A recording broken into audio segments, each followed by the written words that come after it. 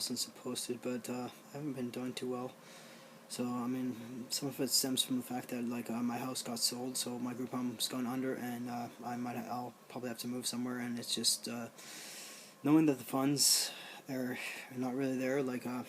Uh, so the store I work at, Walmart, it's absolutely poorly managed, and I've talked about that a few times. I'm getting maybe 10 hours a week, and I just saw the week after next schedule 4 hours a week, and it's just nobody can live off that, and it's just the unfairness of it.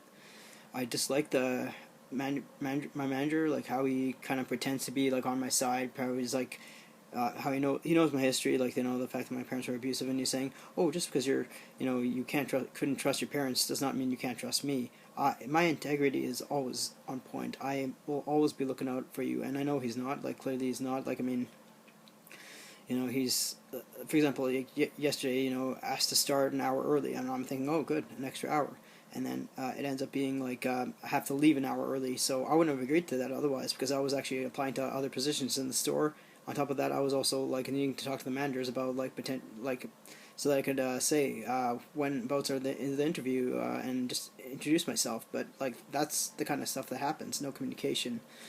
On Monday, which was Family Day, otherwise known as President's Day for you Americans, well, the manager had texted me to come in instead of calling me, because I was asleep through that. So I'd already called my cab. I was inside the cab and changed for work. I didn't even bring any food, and then I get a message saying, "Oh, we're good now, thank you." So I had to pay the cab driver and just stay home, and that's kind of stuff that goes on. And they enable these people. They when you tell I told my manager, because I actually kind of fall into this Stockholm syndrome where I trust people, and then when that trust breaks, it hurts so much.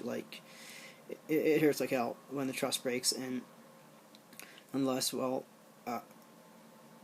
you may say he's a Svengali, and they're all pretty much that way. Svengalis are people who are masters of mental manipulation, and they keep on doing that, and they thrive off that.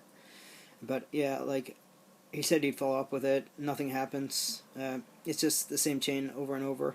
So Walmart, you have an app, and there are unfilled shifts, and I saw that they had been up for over a week, and the person whom the hours were supposed to go to had already come back to work from paternity leave. So I picked them up, and I texted him and said, well, I picked them up because they were unclaimed, and he's back at work. And my manager actually flipped out at me via the phone, saying, why would you do that, knowing the conversation we had? The hours are allocated to the person who they belong to, not for you. Moving forward, you have to contact me if you ever want to take an hour. And this guy, he holds grudges against people. For example, there's a guy who begged to become a door greeter. He used to work his butt off on the floor, but he begged to be a door greeter because he was tired of being pushed around. And yeah, his hours get cut down to the bare minimum, 28. Somebody who is part-time flex, which is what I am, where we can are guaranteed 0 hours.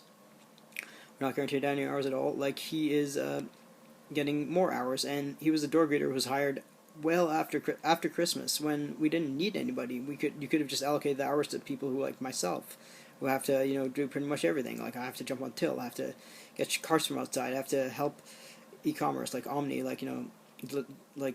online shopping. I have to help the unloaders unload the trucks. It's not fair.